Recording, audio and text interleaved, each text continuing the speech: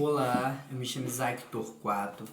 O tema do nosso vídeo de hoje é o governo de Jânio Quadro, momento esse que vai marcar ali, né, bem curtinho, só a partir de 1961.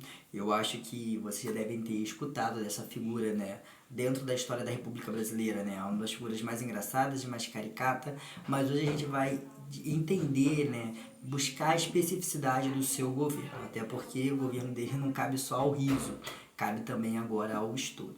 Eu me chamo Isaac Torquato, eu tenho formação em História e hoje eu irei falar sobre o governo de Jânio Quadro, beleza? Pessoal, primeiro momento a gente tem que entender esse quadro geral. Ele está dentro do que nós conhecemos como República Populista, que marca ali a partir de 1946 até 1964. O seu vice era o João Goulart. Lembrando que a Constituição de 46, ela tinha como foco também, né, a eleição para presidente e para vice-presidente. Então eram eleições extremamente separadas.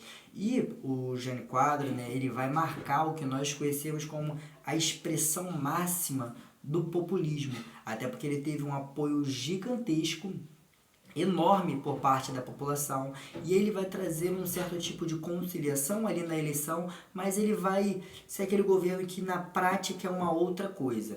Ele que era uma pessoa, né, extremamente moralista, já tinha sido prefeito de São Paulo, tentou lá proibir o skate, beleza? Ele era um presidente extremamente anticomunista. O contexto era da Guerra Fria, eu já irei explicar um pouco melhor sobre isso. E essa vitória dele vai ser grandiosa. Como eu disse, ele vai ter um número de quadro muito grande. Ele que tem aquele dingo, né, dizendo que é varrer a corrupção, como todos os políticos, né? Fala que o maior problema é a corrupção, mas também esquece, né, que quando usa esses discursos moralistas, acabam o quê? Tirando de prática os maiores problemas do Brasil, que é entender, né? Falar que a corrupção é um problema, eu sei, todo mundo sabe. Agora, e a prática? O seu plano de governo vai conseguir como acabar com essa corrupção? Quais são os seus planos de meta? E o Jânio Quadro não foi diferente. Ele era um governo que não tinha um plano de governo bem estabelecido, uma coisa bem arquitetada, bem estruturada. Ele é aquele cara que dentro da política populista nós não conseguimos falar de um plano de metas comparado aos outros governos, beleza? E aí, pessoal, que aí tem um problema também gigantesco, ele vai gerar um problema com um Congresso enorme. Até porque o Congresso, que deveria, né, ter uma conciliação para ele passar algumas medidas e algumas propostas, uma hora ele vai para um lado, outra hora ele vai para o outro, enfim, isso gera muitos problemas. Uma das coisas que nós olhamos bastante, né, é que dentro das eleições, ele que botava talco nos ombros, né, e aí ele jogava esse talco dentro dos ombros assim, para dizer que era caspa, usava um pão, aquele pãozão com mortandela, para dizer que estava próximo do povo. E aí ele, que era de um partido bem pequeno, que era o partido PTN, ele vai conseguir uma aliança com a UDN, até porque ele é anticomunista.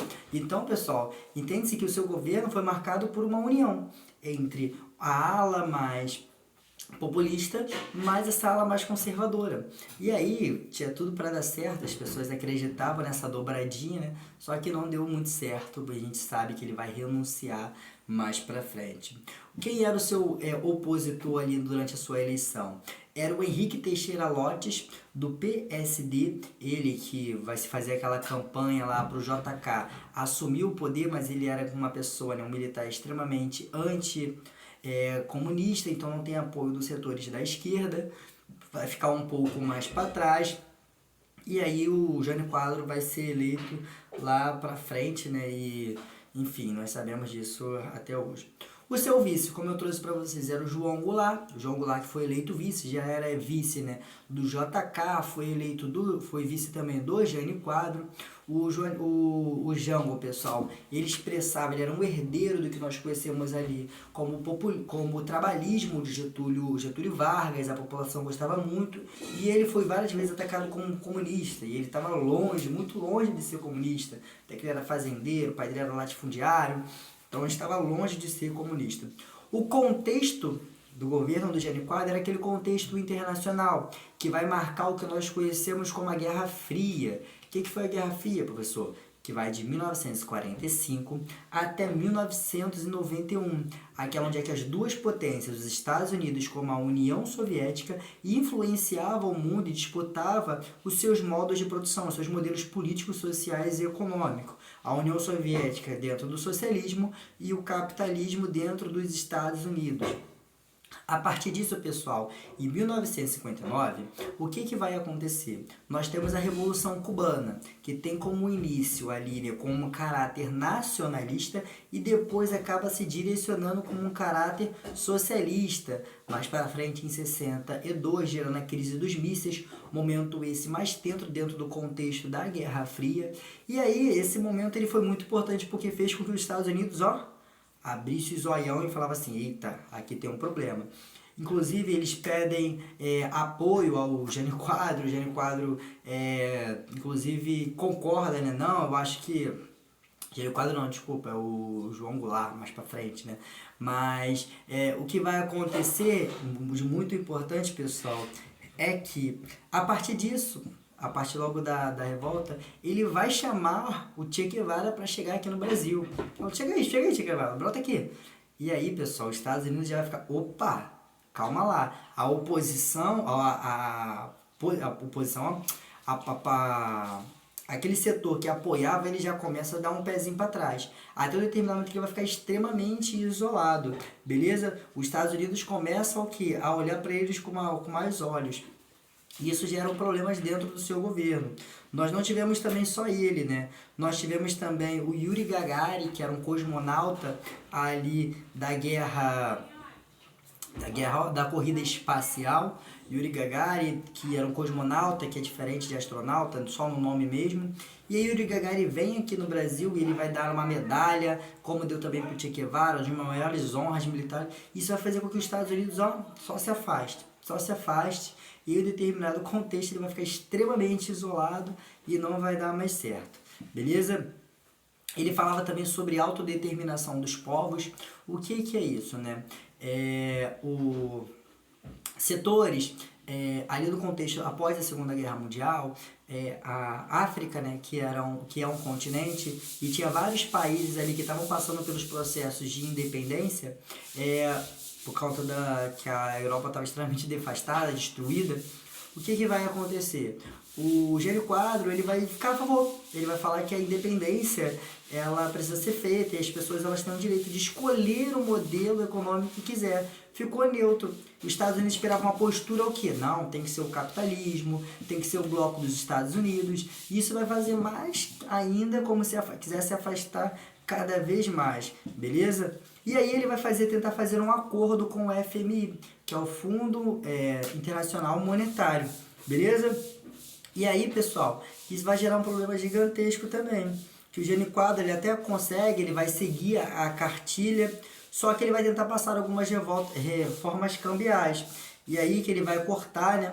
O Jânio Quadro ele vai gerar alguns problemas com os Estados Unidos, porque ele vai cortar algumas relações ali com o FMI e os Estados Unidos vai ficar cada vez mais com o pé atrás, através das reformas cambiais, beleza?